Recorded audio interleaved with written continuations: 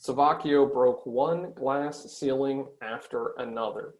That Yes, is the she did. title. That is the title of Dr. Judith Lynch's latest installment in her series, Yes, She Did, examining the history of women elected in Erie County and the women's movements. In prior installments of this series, we've covered the 1920s, the 1970s, and all of the time in between. Recently here in a few past talks, we've been focused on the 1980s, where we've learned about the accomplishments of Joyce Savocchio, Barbara Pope-Mack, Tracy Seifert, and Stephanie Dimitrovich. And we saw our guest for this program in this series, the author of this series, Dr. Judith Lynch, also head from Erie County Council to Erie County Executive. Last installment, we were focused on the year 1989. We find ourselves right back there again. We'll be discussing a woman who broke not one, but two glass ceilings in Erie politics as we focus on another election in 1989. Hello and welcome to the Jefferson Educational Society's digital programming. I'm Ben Spegan, and I'm the Vice President at the JES, and I'm a contributor at the Erie Reader. And in this conversation, the seventh part of Dr. Lynch's series, we're going to look at that 1989 election of mayor of the city of Erie, and Joyce Savocchio. For those of you looking to read the latest installments or the whole collection, to get caught up or get refreshed on anything that Dr. Lynch has already covered, please do visit our website, jeserie.org. Those are all free and available for download on that website. There you're also going to find videos to stream on demand, where Dr. Lynch and I have been gathering each Wednesday to discuss these. So you'll see parts 1 through 6 there. But fear not, if you're joining us for the first time, rest assured you won't be lost. If you haven't gotten to those writings or videos just yet, so please stick around. We'll catch you up, get you everything you need to know, and you'll be part of a great conversation today. Back again to talk politics and history is JES scholar in residence, Dr. Judith Lynch, who's been writing about the history of Erie County's elected women. Her writings, again, are available at jeserie.org, and videos of those past discussions also there and archived. A bit about Dr. Lynch before we get started. She started her time at the JES as the first chair of the think tank's board of trustees, and she remains on the board today. She served as the inaugural director of the Jefferson Civic Leadership Academy in 2015 and was named the Jefferson's Decadian Scholar in 2018. Amongst her many accomplishments, she spent time in academia, serving as an associate professor of political science and history at Mercyhurst University, and prior taught at Allegheny College, where she was also a part of the Civic Engagement Institute there. She was a 5-term county executive in Erie, but before that, she was the first woman elected to Erie County's new county council, and she was instrumental in drafting Erie County's home rule charter.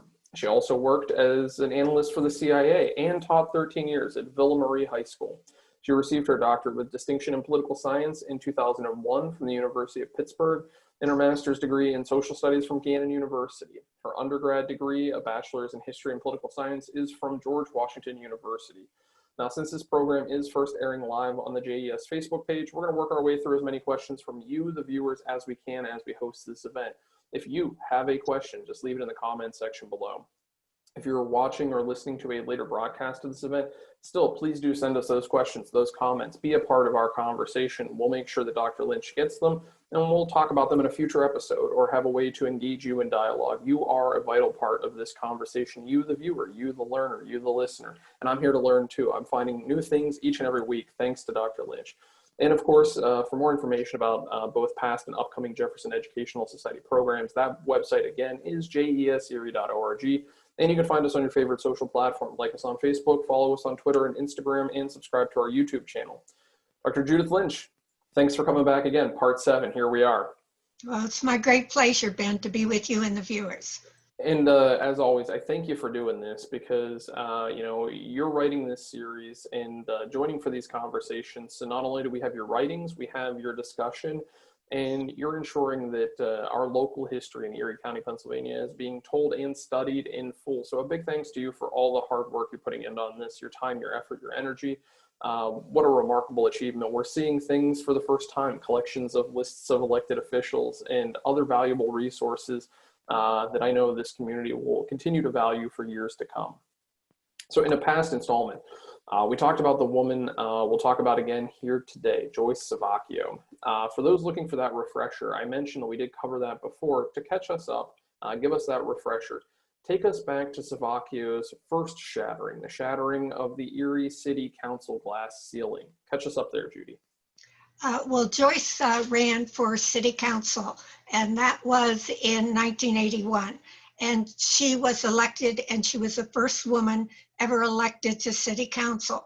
Now, there is some dispute about that. Apparently, some old histories say that there were other women, but a review of everything that I can find, I have seen no other women listed on any city council from the beginning of the city of Erie when it had, former types of government all the way to the present. She was the first woman elected to city council. That occurred in the election of 1981. She took office in 1982. And when you say different types of government, just a quick refresher there, we didn't always have the style of government we have. Earlier in your intro, I mentioned the Home Rule Charter for Erie County, in which our county government changed from a commissioner form to a strong mayor form, where we see a county executive and we see a county council. Not all that common in the state of Pennsylvania when it comes to local government. The city wasn't always a strong mayor form of government either, right?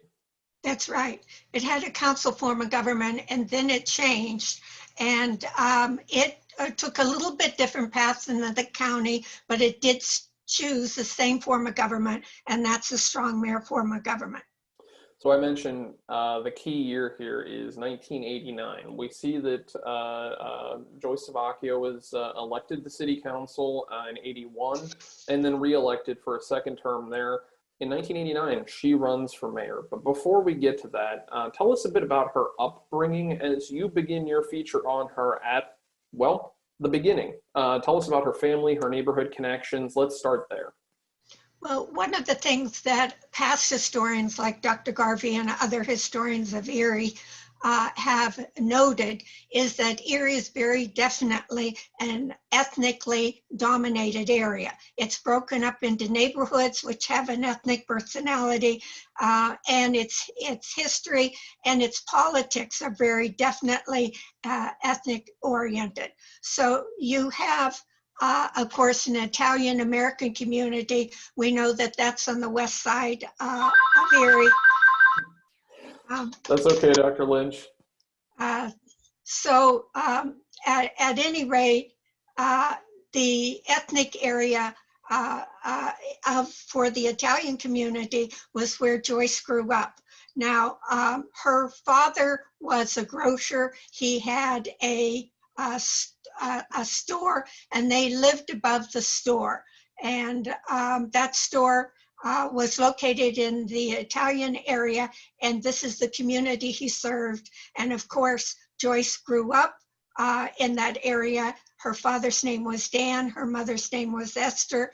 Her maiden name, her mother's maiden name was Leone, came from a very strong Italian background, and certainly she was definitely a part of that ethnic community. One of the things that I continue to enjoy about these installments are the political advertisements that you find, the newspaper clippings, and one of the ones featured at the top in this one has the headline that reads, "From Elvis to Kennedy to Teaching, it's on to the 5th floor for Savocchio." Tell us about the newspaper clipping in this installment, which also features the little line I can't help but notice, "the Savocchio scrapbook." Yes, and I would assume that these pictures that are a part of that newspaper article came from the scrapbook, and they show Joyce first at 9 months, and she's this lovely little child, okay, and in the 5th grade, and then as a college graduate, and I would assume that's her Mercyhurst graduate picture, and then as a candidate for mayor. And you see the evolution, of course, in terms of her picture, but you also see the evolution in terms of her growth as a person, graduating from college and now running for mayor. Before we get into the mayor, let's just talk about her educational path. We've seen it before, the importance of political candidates beginning in the education sector. Joyce follows that path. She's an educator, and that's one of the things we see in that newspaper clipping, "From Elvis to Kennedy to Teaching, now to the 5th floor." Tell us a little bit about her educational background, her involvement as a teacher. Well, who is speaking in that article is Rita Capello, and Rita Capello became her administrative assistant and was a long-term friend of Joyce Savocchio. And so she is telling about the evolution of Joyce as a student and as she graduates from Mercyhurst and she becomes a teacher. Now, she teaches at East High School. She moves to Strong Benson High School. She becomes the assistant principal there at Strong Benson High School. And she, we see that she goes to Mercyhurst. She picks up her principal papers from Edinburgh, local education there, and we see the importance there. So, okay, let's talk about somebody that's hard to ignore. We've talked about him before in Erie politics and in his movement and how that sets the stage for others. Lou Tullio, of course, is who we're talking about. We see that he decides not to seek another term, which would have been his 7th. What's happening in the late 80s as we see this? As people may remember, Lou Tullio, as he was serving his 6th term as mayor, became engulfed in a terrible disease, amyloidosis. And it is a fatal disease. There was no doubt about the end result. And by May of 1989, he was extraordinarily ill, probably to the extent that he could not really function as mayor. And he turns over his responsibilities for the running of the city of Erie to his administrative assistant, and that is Pat Liebel. And he asks that Pat Liebel be named as the serving mayor, as the acting mayor. And certainly that creates a sea change in Erie as we see somebody who has served as mayor for 6 4-year terms, now acknowledging that he's not going to pursue a 7th, unfortunately, due to health reasons. He comes to terms with that to step out of the way. You note here in this piece, as we've talked about before, where we've seen it in other city races, the primary race is often much more challenging than the November general election because of the city's Democratic voter registration edge. There are just more Democrats living in the city. So a pathway to victory for Republicans, much more challenging at this point. So set the stage for us for 1989's primary. Who is Savocchio squaring off against? Well, if you are a candidate in the city of Erie, and you must win that Democratic primary. Now, that's not altogether the case, and we will find that Denise Robinson later in the same period becomes the first Republican elected to city council. But overall, we would have to say if somebody's going to be successful politically in the city of Erie, they need to be a Democrat. And Joyce Savocchio, early in 1989, made a decision to run for the position of mayor. And maybe she did that knowing that Lou Tullio was not going to be able to do that. He would not be announcing for his 7th term. He was too ill for that to occur. So she announces her candidacy. But, you know, she is not the only candidate. And who are her opposition in the Democratic primary? Skip Canavino, and most people remember him as a legendary political figure in Erie. And then you have Chris Maris, and you have Pat Capabianca, all right? And then Pat Liebel actually announces that she is going to run for mayor, and then Bob Brabender. So remember, we were talking about the ethnic character of Erie, and because you have Joyce Savocchio, Canavino, and Capabianca, all of Italian descent, they're going to split that Italian vote, and that would be problematic. So the question is who is going to win? Who is going to win this primary? And somebody might expect Pat Liebel because she had been named acting mayor, but that was not the case. It was Joyce Savocchio. And I want to just follow up there a little bit with you, Judy. What sort of weight do you think that that played at the time? Because, like you just mentioned, Tullio appoints Liebel to run City Hall administration as he's ill and falling even sicker, and asks that she be named, acting mayor, and then she actively runs. I think from an outsider looking in, they might think that if Tullio had 6 terms, and Erie would have potentially elected him for a 7th because they seem to be behind Tullio and not leaving him, it would seem that his chosen successor would be the person elected. Or I think an outsider looking in might say this is an opportunity to go a different direction. What was it like at the time? What can we take away from that? That Pat Liebel is doing a good job as an acting mayor, is not elected. It's Savocchio. Okay, there are about 3 things I'd like to say. First of all, the mere fact that Pat Liebel, a woman, okay, is named acting mayor makes her the first woman mayor, okay? But she was not elected. She was not elected. Her strength, of course, came from the devotees of Mayor Tullio, and she did very well in that primary, but not well enough. Joyce Savocchio, who had served already 2 terms on city council, had already shown her prowess in terms of getting votes. She had been the top vote getter when she ran for city council. So she had already demonstrated that she knew how to run an election. And she was extraordinarily capable. And of course, she won this election. I'm sure that she did because she had an excellent reputation. She had the ethnic kind of support that you need in the city of Erie.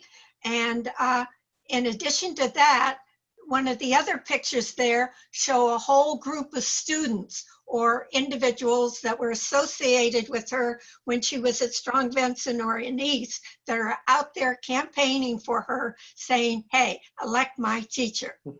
And that sounds like a familiar story that I've heard you tell before, Dr. Lynch. I think some former students of yours might have been helpful in an election or two. So again, we see the power. I owe my political career to Villa Maria Academy students. And I'm sure they appreciate that acknowledgement, and I know that they played a critical role in that. And that goes to show early involvement, high school students having an opportunity to play a role in their local civics and their local elected officials, even though they themselves, are not yet of voting age, they can still play a critical role. Okay, so we know that Joyce Savocchio wins the primary. It's a little bit closer, but in November, it's a landslide. Was this to be expected at this point, just simply out of the voter registration edge tipping toward the Democrats, 2-1, near 2-1, more than 2-1? Was this to be expected? And just tell us a little bit about her Republican challenger, because he wasn't an unknown person at the time. No, he wasn't. And what was interesting, his name was Stan Fraser, and he was the head of the water department under Tullio, and he was a Republican. Now, anybody who can remember Stan Fraser, I would think would have a high regard for this individual. He was an excellent administrator. I dealt with him a little bit, and I found him just extraordinarily capable, willing to help, doing everything that he could in order to be effective and to assist others. So Stan Fraser, I think, was an excellent choice on behalf of the Republicans, but he didn't have a chance, and Joyce Savocchio won that general election. And so it was to be expected that it would be a landslide. The Democrats got behind their candidate, and we find Joyce emerging victorious the night of the election. Then, of course, that takes us to the interregnum, the in-between period between election day and inauguration. We already acknowledged some of the challenges with the Tullio administration because of Tullio's health. Tell us what that transition looked like between the administrations. Okay, one of the things I think that the viewers should be reminded is this is a transition between one administration to the next administration. Same thing we're going through at this present time with the Biden administration coming to power after the Trump administration. Now, Pat Liebel had been appointed by the mayor Mayor Tullio as he was dying. Uh, he appointed her to be the acting mayor. And what she indicated is that even though she ran for mayor and would have been very happy to be elected as mayor, but when Joyce was elected, her entire effort was to assist in the transition that should be, an accomplished one, an easy one, a productive one for the citizenry of Erie. That was her mission, and that was what she accomplished. And I think Joyce would say that she was very appreciative of all of the help that Pat Liebel gave to her first days as mayor of the city of Erie. Well, and I think that I always envision this as a relay race in which we're running for the good of the constituents. Yes, and anytime that we can smoothly pass the baton where one runner does not have to stop, hand the baton to the next runner and have them start running, obviously the smoother that's going to happen. At least that's how I envision it. But one of the key things I pull out from your latest installment, friendly reminder for listeners and viewers at home, you can read that at jeserie.org. You can also sign up for our email list where we'll send this right to your inbox. Super hyper convenient that way. You can just read them as they're coming out. One of the things that you mentioned is you talk about Joyce Savocchio's transition team. She appoints Dr. David Kozak to help with that transition and lead that. And then she goes on to declare a number of vice chairs that she's appointing. So walk us through that process, because again, this is something we're talking about right now, Dr. Lynch. We're talking about transition teams and trying to set up one administration to the next. And we see that happening smoothly for this mayoral election. But we see Joyce taking an active role in that, naming a chairman and then putting vice chairs together. What does that look like? Well, one of the things, Ben, you have to go back. And when we see this is the end of the Tullio administration after he had had 6 terms in office, this was a big change for the city of Erie. It was also a big change because the economy was changing right underneath the feet of the individuals who were trying to navigate through these shoals and trying to find the way for the city forward. And so Joyce, I thought, was tremendously just not only inventive, but just future oriented when she said, okay, we need help from the private sector. Now she chose David Kozak, who was a professor at Gannon, to be her chairman for the transition.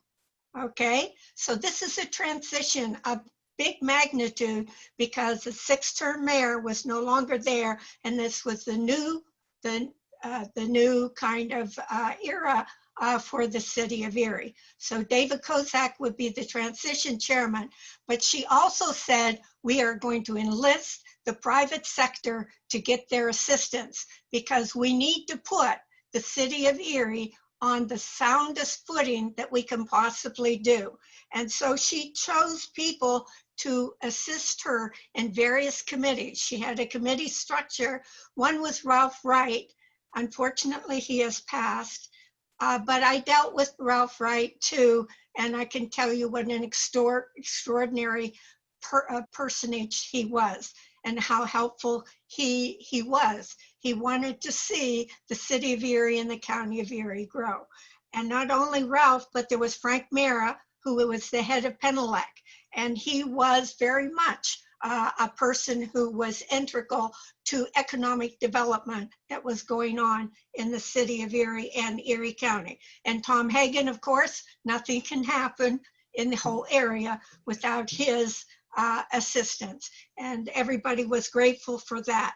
And then Marty Eisert was also from Erie Insurance Exchange.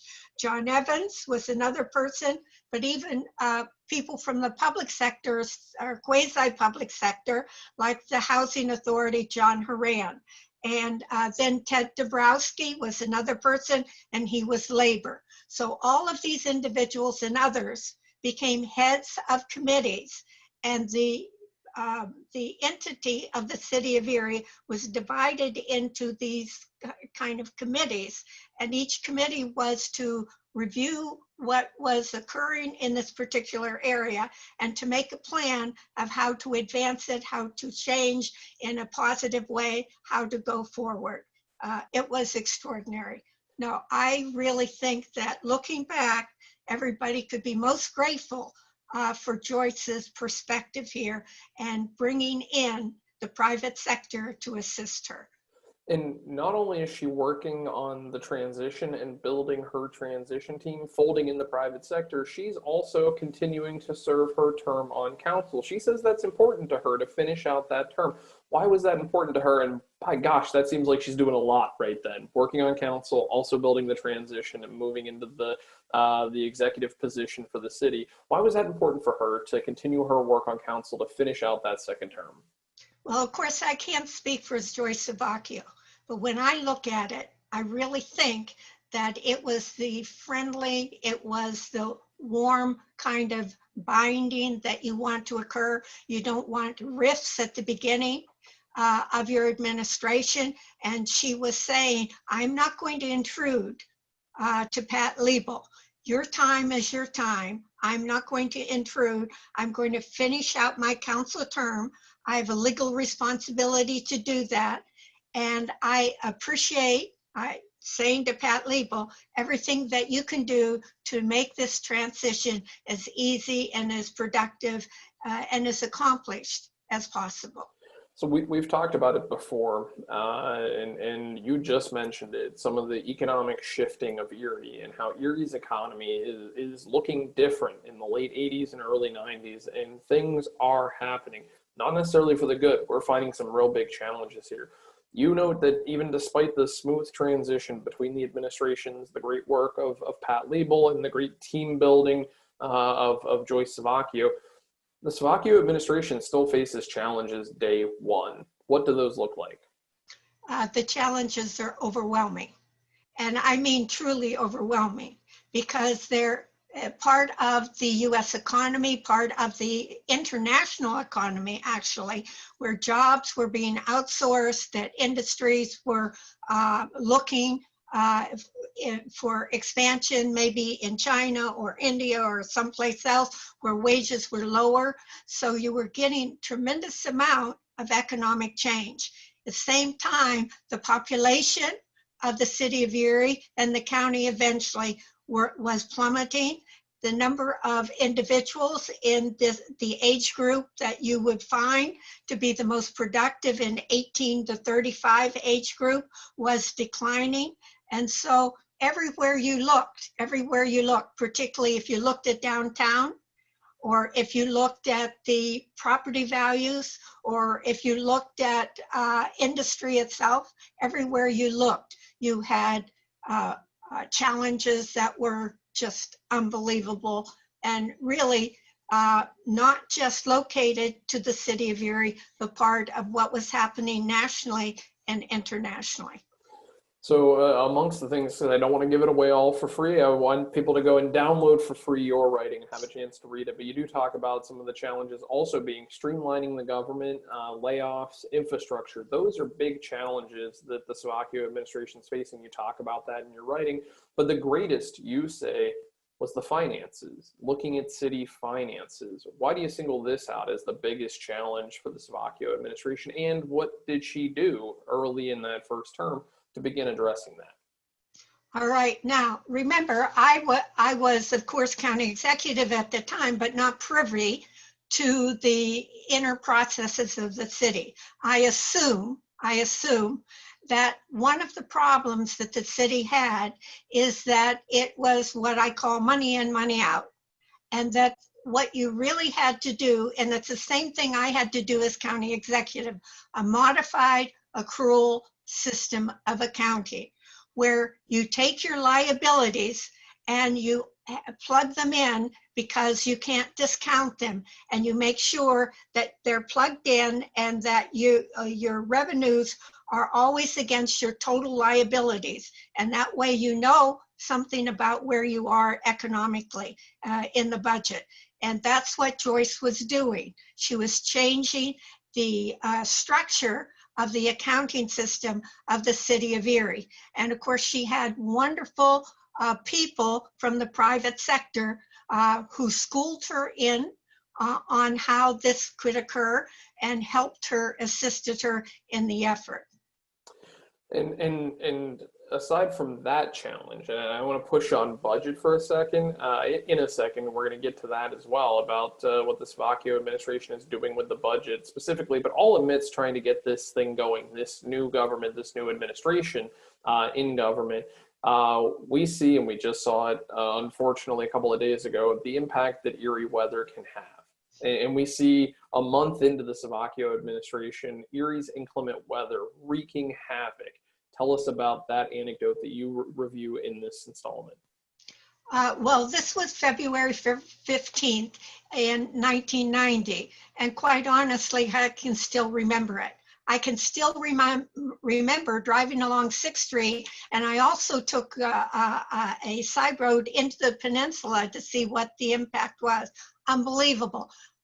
Since then, and up until that point, I had never, ever seen such an ice storm in all my life, where this is probably an exaggeration, but it seems as if that every tree had at least an inch of ice on every branch. It was incredible. And of course, the weight of the ice was tremendous. And as a result, you had fallen trees, fallen branches, you had debris all over the place. You had a cleanup job that was enormous. And when you have problems like that, citizens, the first place they're often looking is right to the top. And so what was the administration's response in handling that crisis?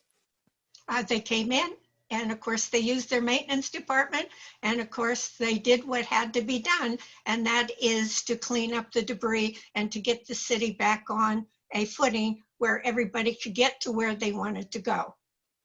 So I just mentioned it. I wanted to interject that in between, but I mentioned the B word, budgets, often the bane of many administrations, balancing the budget, getting it to a place where the services can be delivered to citizens. We talk about what we get for our taxes and, lamenting either taxes going up or encouraging it to increase our services. During the Savocchio administration, however, we actually see the city's bond rating, another B word, bond rating go up. She took it from B to an A. How did that happen? What did she do? All right, bond rating is extraordinarily important because from time to time, almost every municipality, for one reason or another, has to borrow some money. So the question is how much interest do you have to pay? And if you have an excellent bond rating, then the interest that you have to pay is much lower. Now, at the time that Joyce took office, her bond rating was not, it was very low. I mean, it was way below what it should have been. It was rated as BB, which made interest rates much higher. It made the borrowing much more difficult. And remember, this is a time when infrastructure was creating a big problem for Joyce and the administration. In fact, at 12th and Liberty, you had one of the biggest sewer cave-ins in the city's history. And at this particular time, too, you had the state and the feds very concerned about the fact that the sewer system was not totally disassociated with the storm sewer.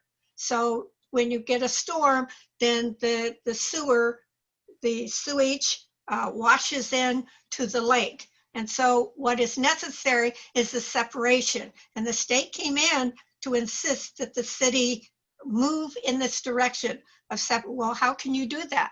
You have to borrow money. In order to do that, that's a tremendously significant, costly project. And so a BB rating is not going to do it.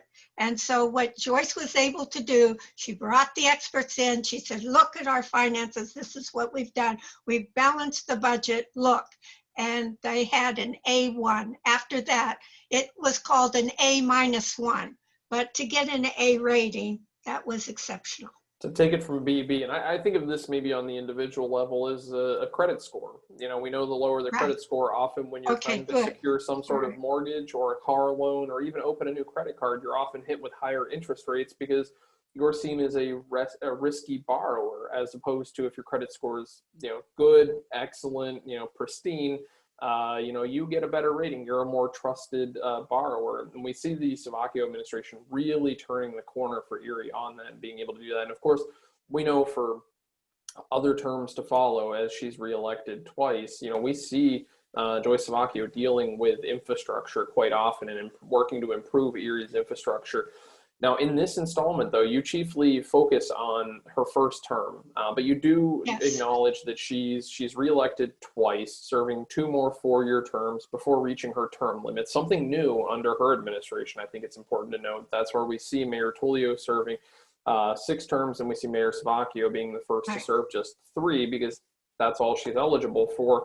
At the end of that piece, though, you note that she's got a feeling of sadness. Unpack that for us. As she's leaving 5th floor, she feels a bit of sadness. Well, this is the last day that she is mayor, and she knows, that the next day will be the beginning of the new administration. And she leaves with great sadness. And then she gets a telephone call. And I thought it was kind of amusing as the paper was describing this phone call, because she thought it was a crisis. Oh my God, now what has happened? So she goes back to her office, and what she is met with is a celebration of her contribution to the city of Erie. And that celebration was sponsored by the NAACP, which I think is indicative of what she tried to do for the minority community. It was their appreciation, but many others entered into the celebration.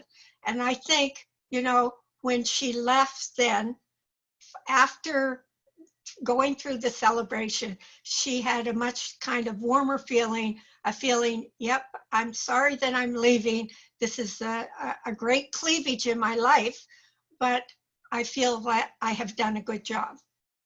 And one of the other things that you include in this piece, and I'm going to encourage people to go and check it out online, jeserie.org. They can see it there.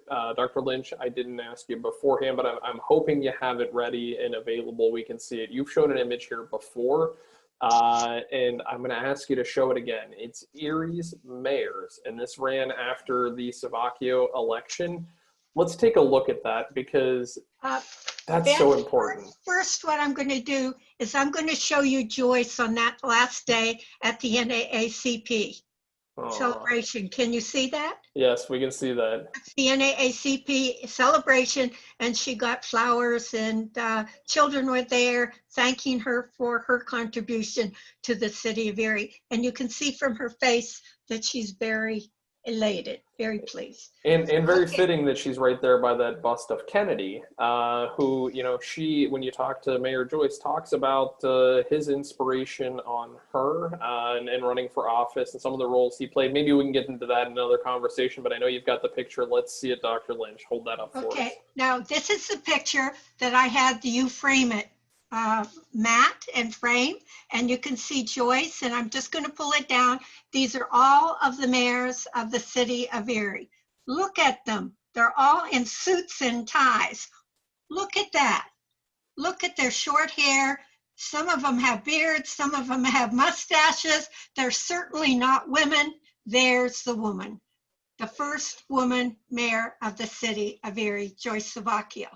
And I think that that's such a powerful image, because we've talked about other offices and how they're distinctive in their own rights, what it means to break these glass ceilings. We look at Stephanie Dimitrovich and the court system in Erie County, and her being able to pave way for other women to follow onto the bench. But to look at that image and to capture it like that, I think that, it's a cliche, but it fits here. A picture's worth 1,000 words. I think that's worth more than 1,000 words to see how far we had to go before we got there, and that Joyce Savocchio got there, and that those young women clapping for her and giving her flowers. I think when they see that image, they think that's something I can be too. That's something I can do too.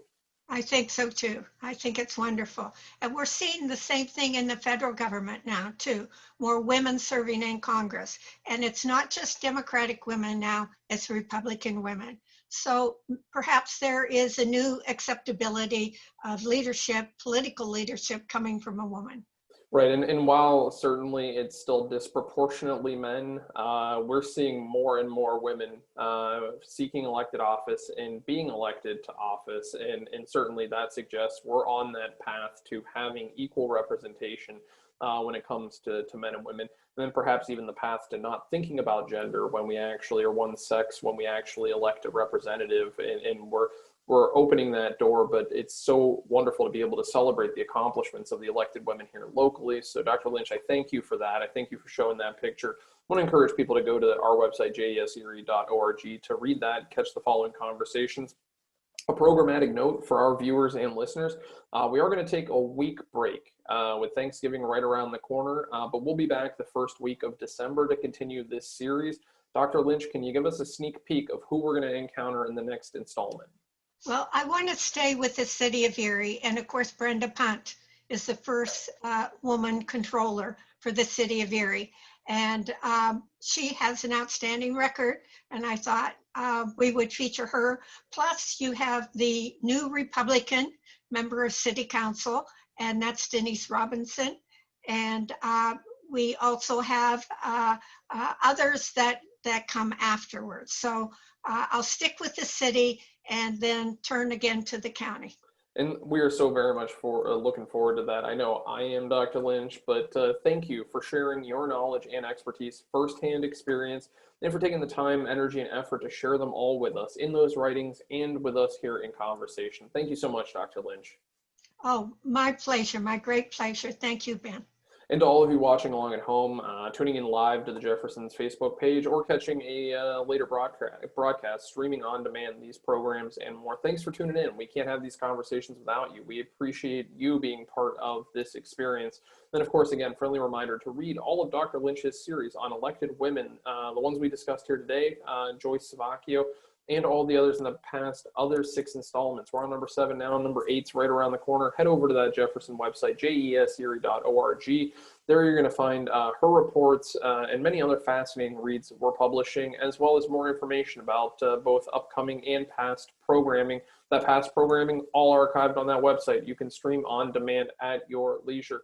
And of course, if you're looking to connect with us on any one of the social platforms, you can be sure to like us on Facebook, follow us on Twitter and Instagram, and subscribe to our YouTube channel. For the Jefferson Educational Society, I'm Ben Spagan. Be safe, be sound, and thanks for listening and learning with us.